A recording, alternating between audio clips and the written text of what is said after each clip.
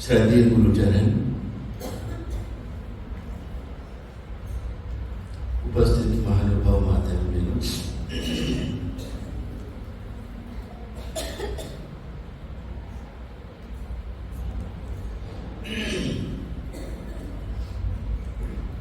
मैंने आपके सामने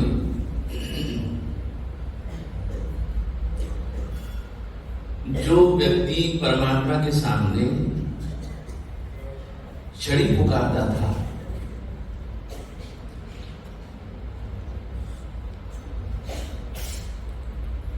दो घटनाएं मैंने आपके सामने रखी।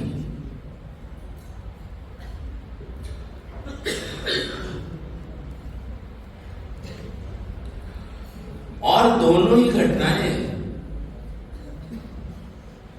परमात्मा के सामने घटित हुई। दोनों ही घटनाएं परमात्मा के सामने घटित हुई।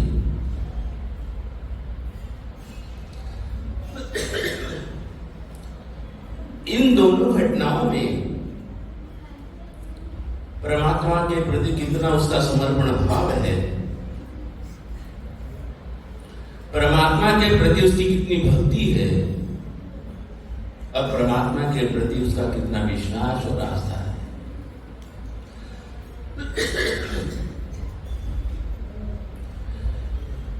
इस घटना को बताने के पीछे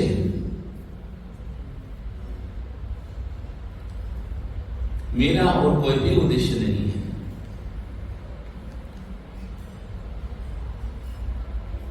मात्र उद्देश्य मेरा इतना ही है कि उस व्यक्ति की परमात्मा के प्रति कितना समर्पण, कितनी निष्ठा है।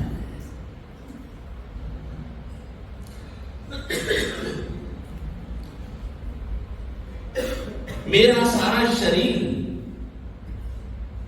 मेरी सारी देह यदि कहीं झुकती है तो परमात्मा के सामने ही झुकेगी।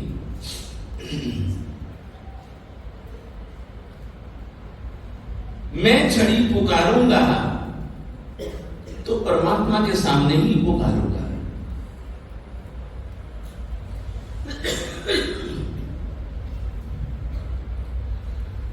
दो बार उसकी परीक्षाएं हो चुकी।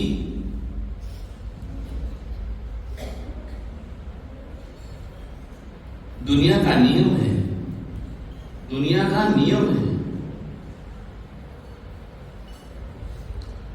जहां व्यक्ति को लाभ होता है, जहां व्यक्ति को लाभ होता है,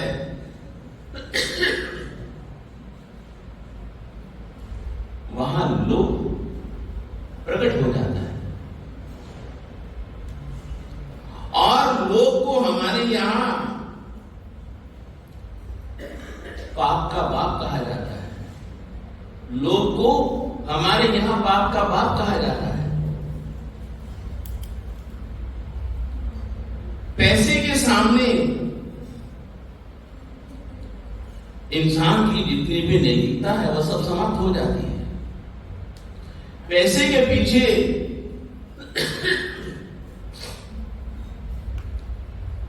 हमारी जितनी भी नैतिकता है, सदाचार है, जितने भी हमारे सिद्धांत हैं, सब कहते हैं कि सब फिजूल हो जाते हैं।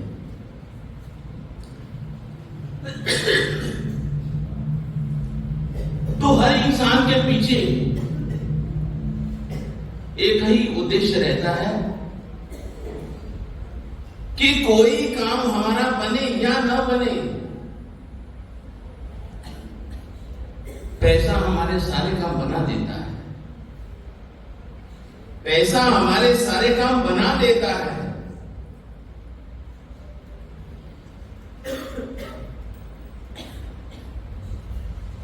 आप ये तो भली बातें जानते ही हैं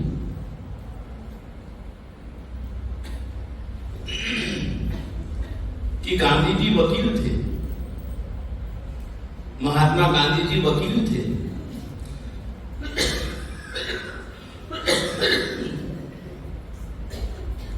ईमानदार थे,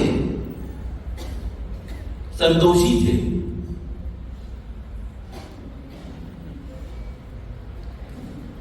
बहुत सी बातें उनके उनके जीवन में बहुत अच्छी थी, वो केस को लंबा करना नहीं चाहते थे, ईमानदारी से उसके केस में विजयी हो जाते हैं।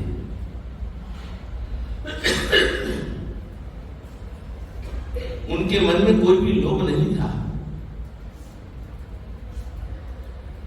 जिस व्यक्ति का वह केस लड़ रहे थे,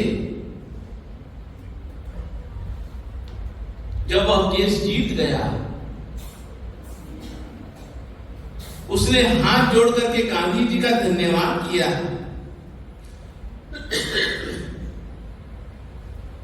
धन्यवाद करने के बाद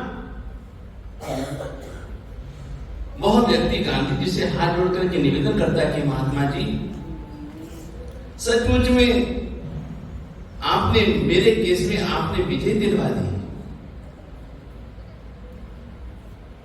आपने मेरे से कोई भी रिश्वत नहीं ली,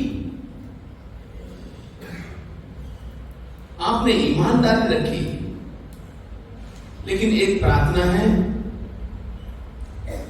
जब आप नहीं होंगे, जब आप नहीं होंगे तो महात्मा जी फिर मेरे केस को कौन हाथ में लेगा?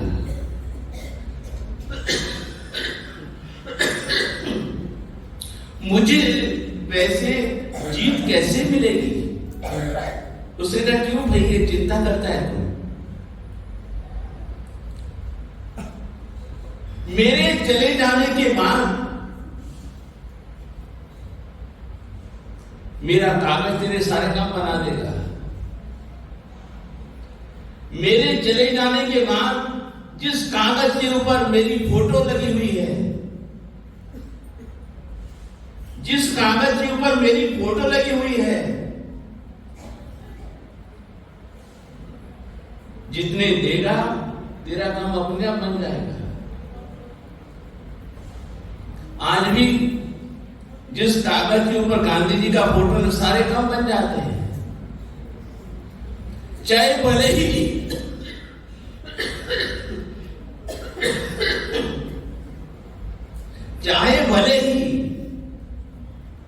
गांधी जी हो के ना हो, लेकिन जिस कागज के ऊपर गांधी जी का फोटो है, हर काम बना देता है। छोटे से छोटा काम भी बना देता है और बड़े से बड़ा काम भी बना देता है।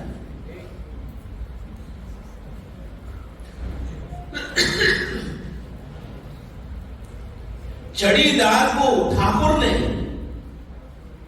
प्रलोभन दिया, लेकिन उसका विश्वास कभी भी डगमगाया नहीं।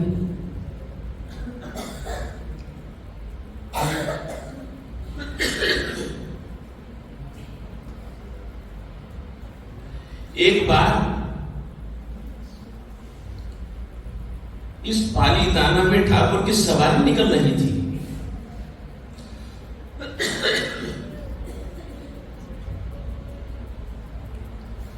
ठाकुर साहब हाथी पर बैठे हुए थे।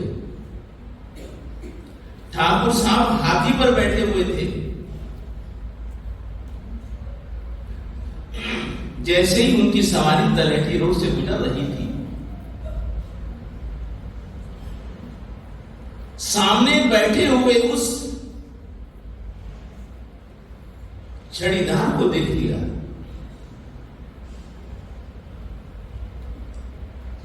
उसकी आवाज के इतने कायल थे,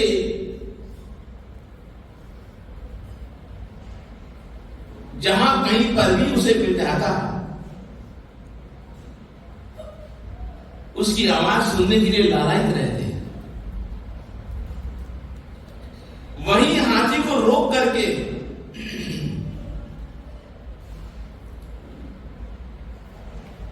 उसको कहा कि भैया मुझे छड़ी सुना दे।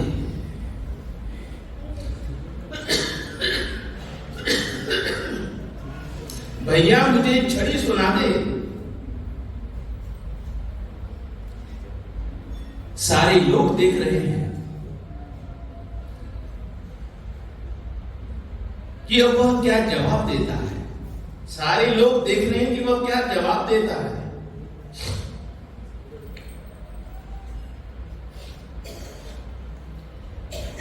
उसने कहा, ठाकुर साहब, छड़ी तो भगवान के सामने ही पुकारी जाती है।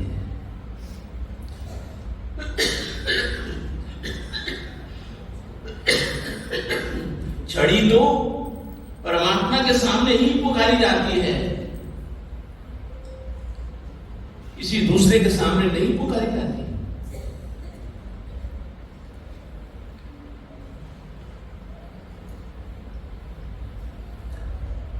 ठाकुर साहब ने सोचा, ठाकुर साहब ने विचार किया कि थोड़ा प्रलोभन देकर के देख लेता हूं। ठाकुर साहब ने विचार किया कि थोड़ा प्रलोभन देकर के देख लेता हूं।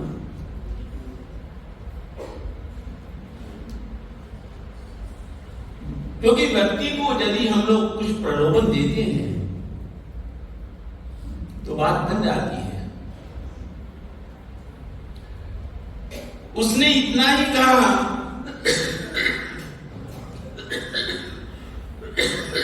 कि ठाकुर साहब, छड़ी तो परमात्मा के सामने ही पुकारी जाएगी, किसी के सामने नहीं पुकारी जाएगी। कहते हैं कि यदि तू किसी चीज का तेरे मन में संकल्प है तो मैं तुझे मुंह मांगा नाम दे दूंगा, लेकिन एक बार छड़ी मुझे सुननी है। उसने कहा, छड़ी तो परमात्मा के सामने ही पुकारी जाती है। यदि आपको छड़ी सुननी है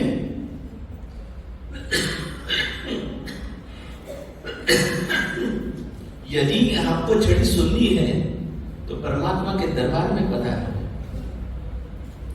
यदि आपको छड़ी सुननी है तो परमात्मा के दरबार में पधारो। ये बंदा परमात्मा के सामने ही छड़ी पुकारेगा और किसी के सामने नहीं पुकारेगा। ठाकुर ने न जाने कितने प्रलोभन दिए,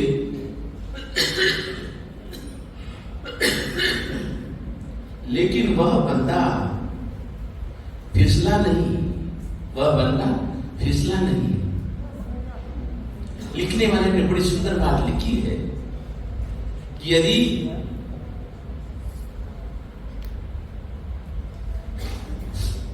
इस प्रकार की आस्था, इस प्रकार का समर्पण यदि परमात्मा के सामने हो जाता है, परमात्मा के प्रति हो जाता है, तो हमारा भी नाम कहीं ना कहीं इस पालीताना के घटनाओं में, इस परमात्मा के यहां आने की स्मृति में हमारा नाम भी कहीं ना कहीं हो जाएगा कि यहां आने वाले किस किस प्रकार के व्यक्ति हैं।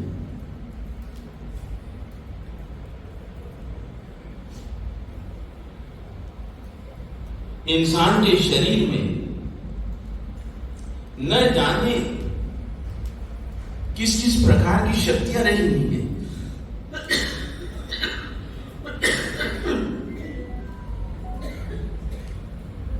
इंसान की बुद्धि में न जाने किस किस प्रकार की क्षमताएं रही हुई हैं। इंसान अपनी बुद्धि बल से, इंसान अपने बुद्धि बल से असंभव को भी संभव कर देता है। इंसान अपनी बुद्धि बल से असंभव को भी संभव बना देता है।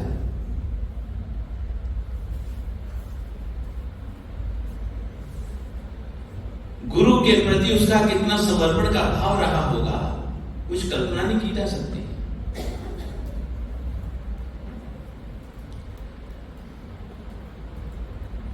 लेकिन ये विद्या बल है, सबको आकर्षित करता है। ये जो विद्या बल है सबको आकर्षित करता है।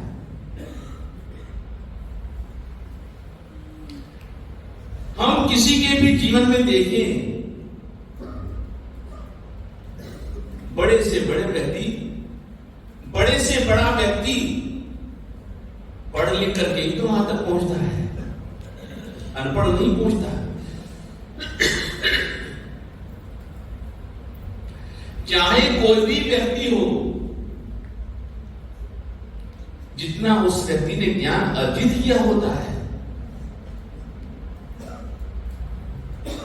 हमारे यहां क्या कहते हैं, सम्यक ज्ञान। चाहे हमारी आध्यात्मिक विद्या हो, चाहे हमारी सामाजिक विद्या हो, लेकिन बिना पढ़े कहीं पर भी व्यक्ति पहुंचता नहीं है।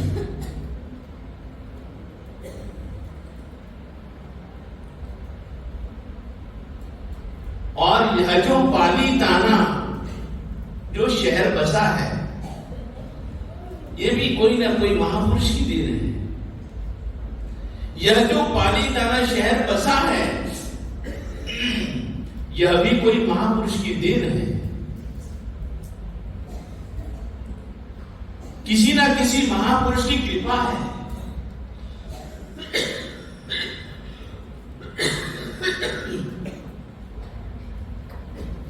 बिना उनके ये शहर बस नहीं सकता था। परमात्मा की कृपा तो है ही, परमात्मा की कृपा तो है ही, लेकिन उसकी कृपा को और बढ़ाने के लिए, उनकी कृपा को और आगे बढ़ाने के लिए कोई ना कोई महापुरुष निकल ही आते हैं।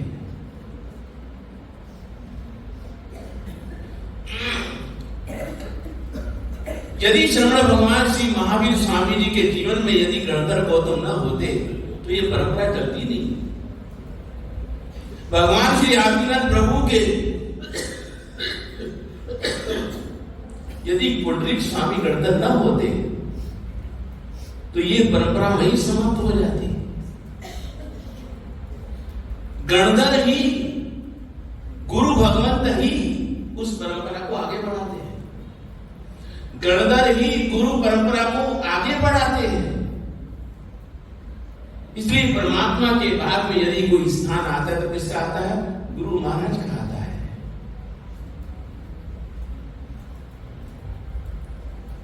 हमारे गुरु कौन?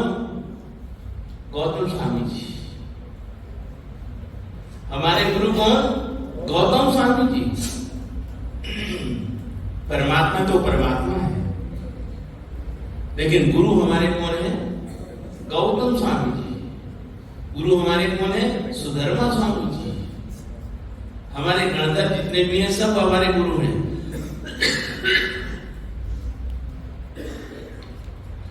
वह होते हैं तभी हमारी परंपरा आगे बढ़ती है।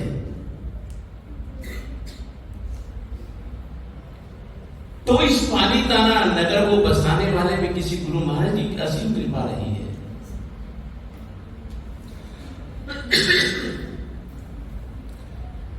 विक्रम की तीसरी शताब्दी में आचार्य श्री पादलिप्त सुरेश्वर जी महाराज हो चुके हैं। विक्रम की तीसरी शताब्दी में आचार्य श्री पादलिप्त सुरेश्वर जी महाराज हो चुके हैं। विद्वान थे, साधक थे,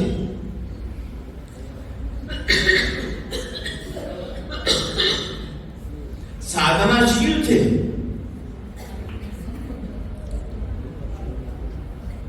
न जाने उन्होंने जीवन में कितनी सिद्धियां प्राप्त की थी। और सबसे बड़ी यदि उनमें सिद्धियां प्राप्त थी, पांव में विलेपन करते, जड़ी बूटियों का पांव में विलेपन करते और बड़े बड़े तीर्थों की यात्रा करके आ जाते।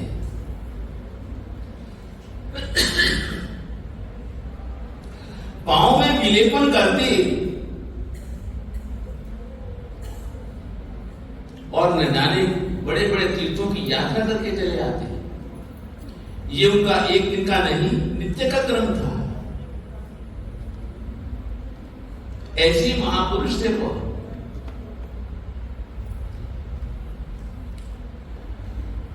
विचरण करते करते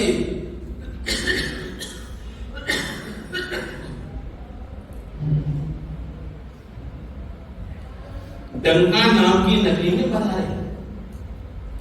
विचरण करते करते डंका नाम की नगरी में पधारे। वहां पर भी एक क्षत्रिय नागार्जुन नाम का व्यक्ति रहता था।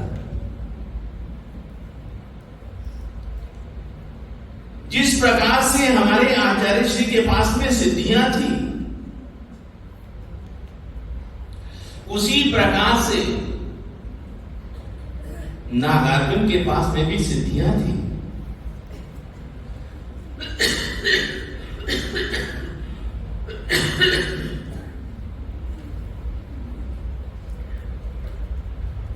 दोनों का ही जब आपस में परिचय संपर्क हुआ,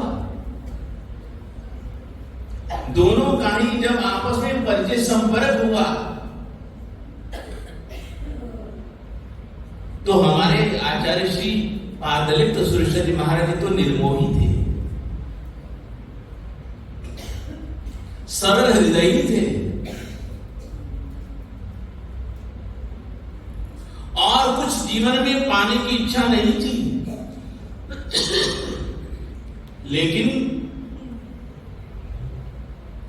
नागार्जुन के पास में जो सिद्धि थी, आचार्य श्री जी से संपर्क करने के बहाने, कि मेरे पास में जो विद्या है मैं आचार्य श्री को दूंगा, और जो आचार्य श्री के पास में सिद्धि होगी वो मैं प्राप्त करूंगा। लेकिन हमारे आचार्य श्री जो आचार्य श्री है,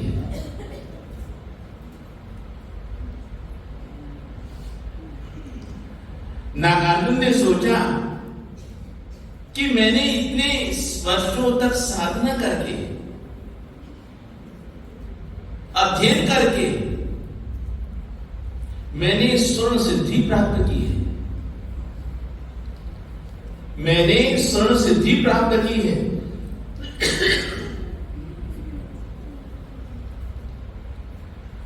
जो मैंने स्वर्ण सिद्धि प्राप्त की है, अब मुझे आचार्य श्री को भेंट करनी है, तभी संपर्क हो पाएगा। उसने अपने शिष्य के साथ में कान की शीशी में जो उसने हासिल किया था स्वर्ण रस, वो उसने पूज्य आचार्य श्री के अपने शिष्य के साथ भिजवा दिया।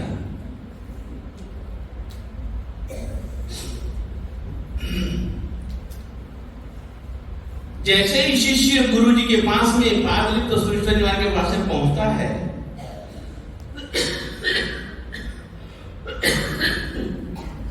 और आचार्य श्री से निवेदन करता है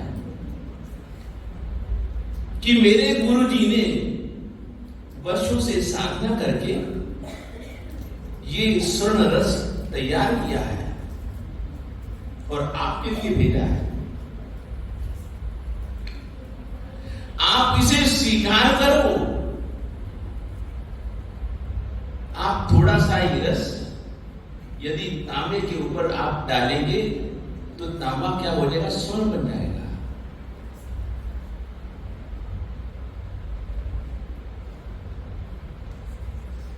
आचार्य श्री जी ने हाथ में लिया,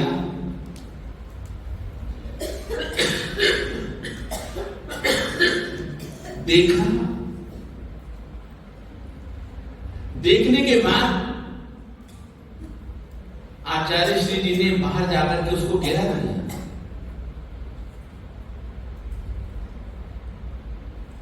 शिष्य देख रहा है कि मेरे गुरु जी ने इतनी मेहनत करके ये स्वर्ण रस तैयार किया और गुरु जी ने ऐसे गिरा दिया उसको। शिष्य बड़ा नाराज हो गया, बड़ा ही दुखी हो गया, आकुल व्याकुल हो गया। आचार्य जी से कहता है कि पूज्यवर, आपने ये क्या किया? इतने वर्षों की मेहनत आपने ये धूल में मिला दी। उसने कहा, क्यों चिंता करता है, क्यों फिक्र करता है?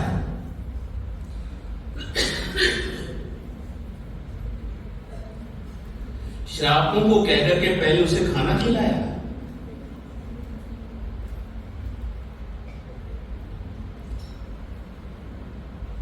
खाना खिलाने के बाद, खाना खाने के बाद जैसे ही वह पूज्य आचार्य जी के पास में आता है कि गुरु जी अब मैं जा रहा हूं, उस समय गुरु जी ने एक शीशी में, उस समय गुरु जी ने एक शीशी में लघु शंका करके उसको पकड़ा दिया और कह दिया कि अपने गुरु जी को जाके दे देना। मन में क्रोध तो था, मन में गुस्सा तो था, ये क्या हो रहा है, ये क्या मैं देख रहा हूं।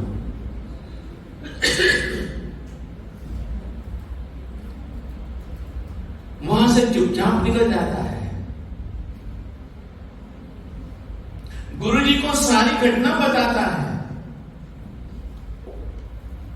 सारी घटना बताने के बाद गुरु जी भी नाराज हो जाते हैं, गुरु जी भी कुपित हो जाते हैं।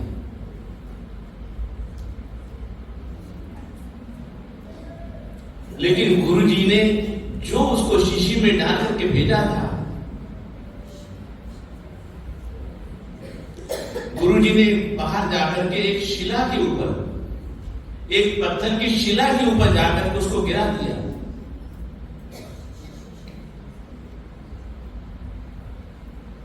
गिराने के बाद गुरु शिष्य देखते हैं कि सारी की सारी पत्थर की शिला सोने की हो गई।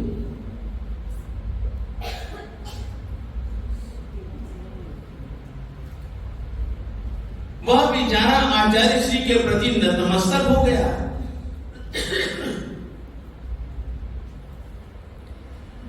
कि मैंने वर्षों की साधना करके जो प्राप्त किया था, लेकिन इनके पास में जो विद्या है ये तो उससे भी बढ़कर गई है।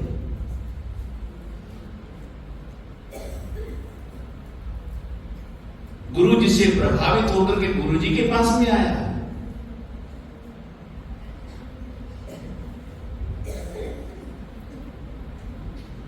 गुरु जी आकर के उसको इतना कहते हैं कि अरे भैया, जितनी तूने इस स्वर्ण सिद्धि को प्राप्त करने के लिए मेहनत करी है, यदि तू आत्मा के लिए इतना प्रयास करता तो तेरी आत्मा का कल्याण ही हो जाता। इतने साल तूने व्यर्थ ही कमा दिए।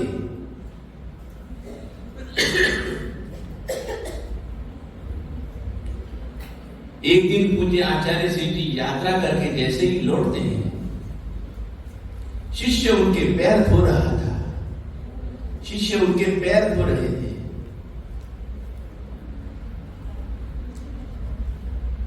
वह देखता है, पास में बैठा है, देखता है कि गुरु जी के पैरों में कौन कौन सी जड़ी बूटियां लगी हुई है, गुरु जी के पांव में कौन कौन सी जड़ी बूटियां लगी हुई हैं। सबको देखता है और सबको सुनता है, सबको देखता है और सबको सुनता है, और सबको सुनने के बाद उन जड़ी बूटियों को इकट्ठा करता है, उन्हें घोटता है, पांव में लगाता है, लेकिन बिना गुरु के ज्ञान नहीं होता।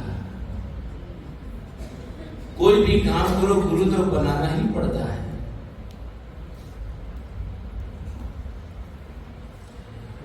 जो उसने विलेपन तैयार किया था पांव में लगाता लेकिन उड़ ही नहीं पाता।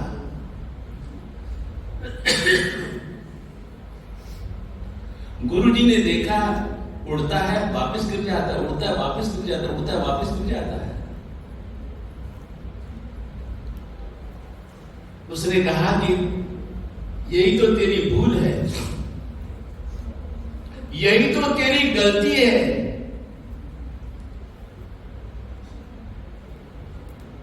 जो औषधियां तूने पानी में घोटी हैं, जो औषधियां तूने पानी में घोटी हैं, इन औषधियों को चावल के पानी में घोटना चाहिए था। गुरु जी ने सहज भाव से ये बात उसको कह दी। उसने चावल के पानी में वह जड़ी बूटियां घोटी और पांव में लेपन लगाया, उड़ करके न जाने कहां चला गया। लेकिन गुरु के उपकार को कभी भी भूलना नहीं चाहिए, गुरु की मेहरबानी को कभी भी भूलना नहीं चाहिए। और उसी नागार्जुन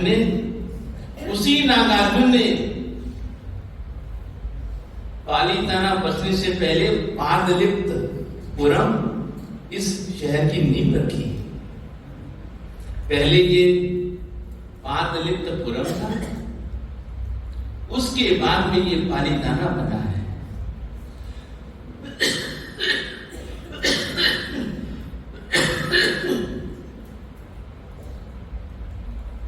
लेकिन मुसलमानों के आक्रमण के कारण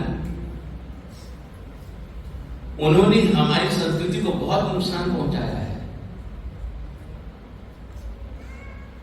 हमारे मंदिरों को बहुत क्षति पहुंचाई है।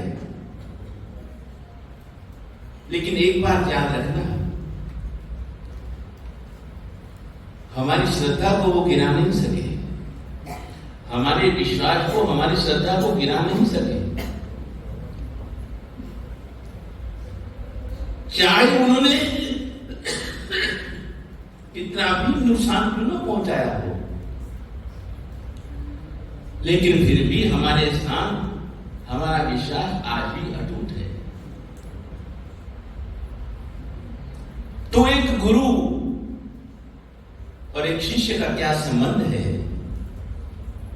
और एक शिष्य ने ज्ञान से प्रभावित होकर, विद्या से प्रभावित होकर के इस नगर को बसाया। और आज भी प्रभु कृपा से ये आज नगर दिन प्रतिदिन तरक्की कर रहा है। लेकिन कितनी भी तरक्की क्यों न कर ले, लेकिन हमारा जो विश्वास है, हमारी जो आस्था है, हमारा जो समर्पण है, इस पालीताना के प्रति है या दादा के प्रति है? दादा के प्रति है। हमारा जो विश्वास है किसके प्रति है? परमात्मा के प्रति। हम लोग दादा के लिए थोड़े थोड़े आते हैं, थोड़े थोड़े भागे आते हैं। जितनी बार भी हम जाते हैं हमारे मन को शांति नहीं मिलती, तृप्ति नहीं मिलती। इच्छा होती है कि एक बार फिर जाओ, एक बार फिर जाओ, एक बार फिर जाओ।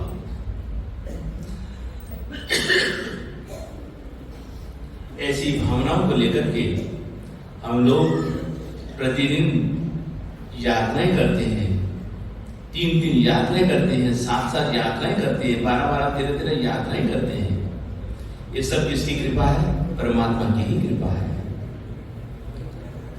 शक्ति वही देते हैं, अपने पास वही बुलाते हैं। देखते हैं कि किस प्रकार से थके हारे लोग आते हैं, लेकिन रात्रि भर विश्राम करते हैं, तपस्या करते हैं, एकाग्रता करते हैं, फिर वापस अगले दिन तैयार हो जाते हैं। धन्य है परमात्मा की असीम कृपा को, धन्य है इस प्रकार के भक्तों को जो प्रतिदिन परमात्मा के दर्शन करते हैं, परमात्मा ने शक्ति प्रदान करते हैं। तभी हम लोग परमात्मा से बार बार ये विश्वास करते हैं कि हे परमात्मा, हमारा विश्वास गिरना नहीं चाहिए, हमारा विश्वास बने रहे, एक आपसे दुआ करते हैं। हम आपके श्री चरणों में बार बार आते रहे। हम भी आपके छोटे से भक्त हैं, हम भी निस्वार्थ भाव से आते हैं कि हमारे भी भवों का अंत होगा, हमारे भी पाप क्षय होंगे, हम भी एक न एक दिन जन्म मरण से मुक्त हो जाएंगे। यही भाव लेकर के हम लोग यहाँ पर आते हैं, परमात्मा से प्रार्थना करते हैं। तो सभी लोग एक बार फिर पुकार दीजिएगा, इतनी शक्ति हमें देना दाता, मन का विश्वास कमजोर होना, इतनी शक्ति हमें देना दाता, मन का विश्वास कमजोर होना। हम चले गरजते फिर हमसे भूल कर भी कोई भूल होना। हम चले गरजते फिर हमसे भूल कर भी कोई भूल होना। इतनी शक्ति हमें देना दाता, मन का विश्वास कमजोर होना। इतनी शक्ति हमें देना दाता, मन का विश्वास कमजोर होना। ऐसा ही है ना आपका आत्मविश्वास? है भैया, बहुत ही ऐसे ही है ना आपका? बस फिर करते वापस चलेंगे अपने, इसमें क्या बात है। बचपन लेने वाले भाई बहन कृपया हाथ जोड़ लीजिएगा। पाणहार जितने बचते रत्ना वगैरह सहसारे